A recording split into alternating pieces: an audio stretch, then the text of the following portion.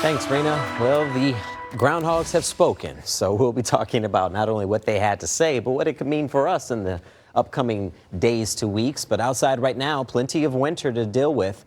We're still dealing with some snow that's moving through Metro Detroit. Some of this is heavier in some spots than others. This is right here at Broadcast House. We were seeing a decent band of snow that's now has lifted off to the north and east. And it looks like 6 more weeks of this. So I hope you're a fan of winter. I know I'm a fan of winter, but I'm getting to the point now where I'm like, okay, I think I might be ready for spring. But more winter to come regardless, but this does not mean more of the same. So let's talk about the long range forecast here. We're expecting temperatures to bounce back some. We've been dealing with the deep freeze for a very long period of time, but now that we've crossed over into the month of February, the first 2 weeks of February, looks like they'll be trending above average. Our average is 32 degrees, which means not so much this week, but next week, temperatures will be closer to that number and may even surpass it a couple of times. So at least there's that. But once again, we're dealing with this right now. It's talking about some snow that's moving through. 18 degrees for downtown Detroit, feeling like 8.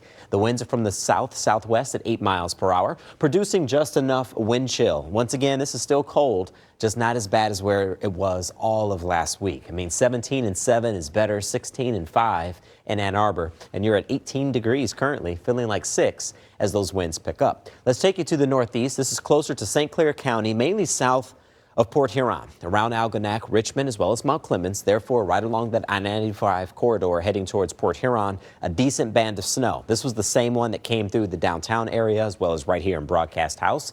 And even though that's the bulk of it, we're still watching these random bands that are lighting up on the radar. So we'll still be seeing the snow come through off and on. It's not going to last all day, but it could ice up the roads, so be careful out there while you're driving. Temperatures are within that threshold where any roads that are treated will be fine.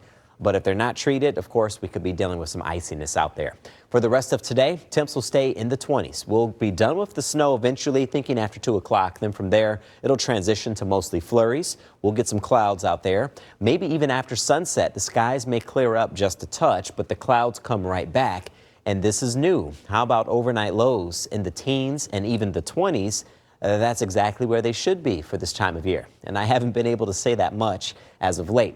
Into tomorrow, going into tomorrow morning, some leftover snow showers still a possibility, which means the roads could still be slick in some spots. So keep that in mind for tomorrow morning. Speaking of tomorrow, we're right back into the 20s. And if you're noticing a pattern here, you're spot on. Each day this week in the 20s, with the exception of Friday. Gives us a chance to get closer to freezing for the first time by that point in 2 weeks. It does bring a chance for snow, and temps go right back to the teens by Saturday.